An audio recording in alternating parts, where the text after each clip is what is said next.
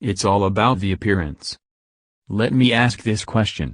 What is the one thing that a woman is better than a man? In every field, men are better on average. But the one thing they are good at, and the thing that only women can do, is to bear a child. That is the sole, and ultimate purpose of women. Napoleon said that, women are nothing but machines for producing children. So in order to fulfill this purpose, a woman must be able to attract a mate. But not just any mate, he must be the alpha for the best genes possible. Since humans are visual creatures, for this mating to happen, she must take care of her appearance. Us men easily fall in love to the most beautiful girl. Even if this girl does not speak. She just has to be beautiful. In fact, most of the time, we lose interest if a beautiful woman speaks, because the more she speaks, the more you know about her. Shown a fifth of Americans can't locate the U.S. on a world map. Why do you think this is? I personally believe that U.S. Americans are unable to do so because some people out there in our nation don't have maps, and I believe that our education, like such as in South Africa and the Iraq, everywhere like such as, and I believe that they should, our education over here in the U.S. should help the U.S. or should help South Africa and should help the Iraq and the Asian countries, so we will be able to build up our future for our children. Thank you very much, South Carolina. And most of the time, we don't care about their petty problems. The image of beauty for us men are slender body, a sign of healthy pregnancy. Nice glowing skin, a sign of good genes. And that's it. The woman does not have to be intelligent or strong.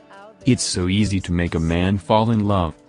So that is why, most women will just focus mostly on their appearance and how to enhance them. Why do you think Instagram and Facebook are so popular? Why do you think most of the female YouTubers are mostly about makeup tutorials? It's all about the appearance. And the more beautiful a woman becomes, the more a man falls in love.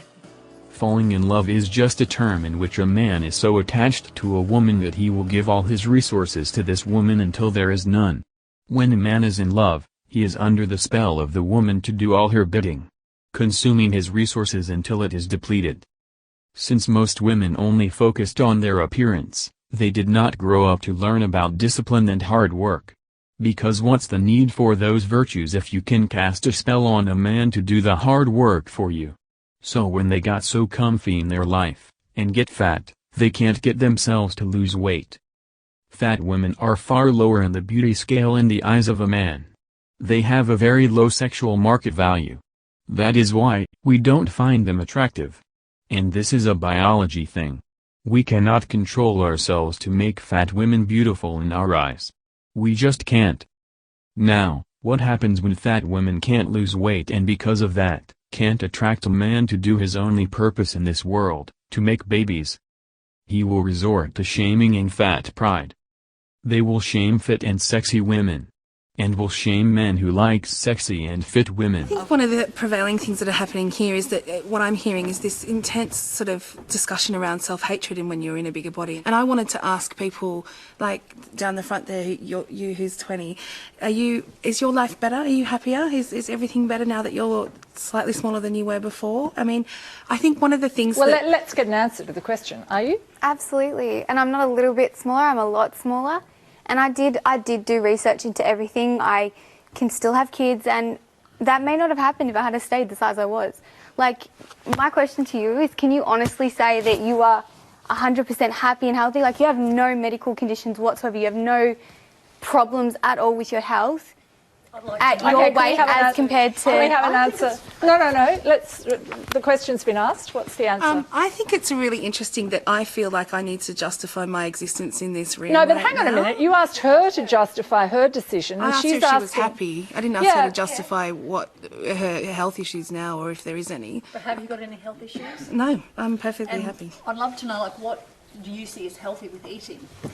Yeah, it's interesting that you've just assumed that I eat bad food because No, of my I'd love to size. know, because if you're really healthy, do you have any joint issues, or so you're completely... I swim 2.5 kilometres a day. I walk, I exercise all the time. I am in a synchronised swimming team, and I really resent the fact that I have to actually justify my existence and my ability to live in the world in a bigger body in a But way we're that I'm all happy talking with. about health tonight. I mean, the whole show is about weight and health. No, so what it's we're not an talking about unreasonable. is surgery, and we haven't actually talked about the possibility that you can actually live in your life. No, but we in have. This body. We have talked about that. But all I'm saying is that a question to anyone about what they eat in the context of this program, anyone in this room, is perfectly reasonable, I think. But it's interesting that they've only been directed at fat people. No. It's not about being fat or not being fat. It's about what everybody eats. Well, it's about what everybody eats and what health is. What health You're conflating fashion and No, eating and I'm health. asking. No. I'm not conflating anything. I'm saying I think it's perfectly reasonable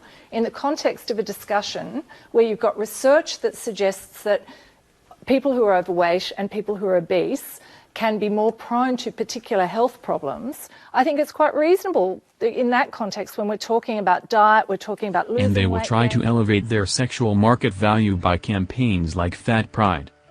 In other words, since they don't want to do the hard work to get fit, they will just blame men for not liking fat women. Imagine that. I used to remember that I liked to hang out with a fat girl.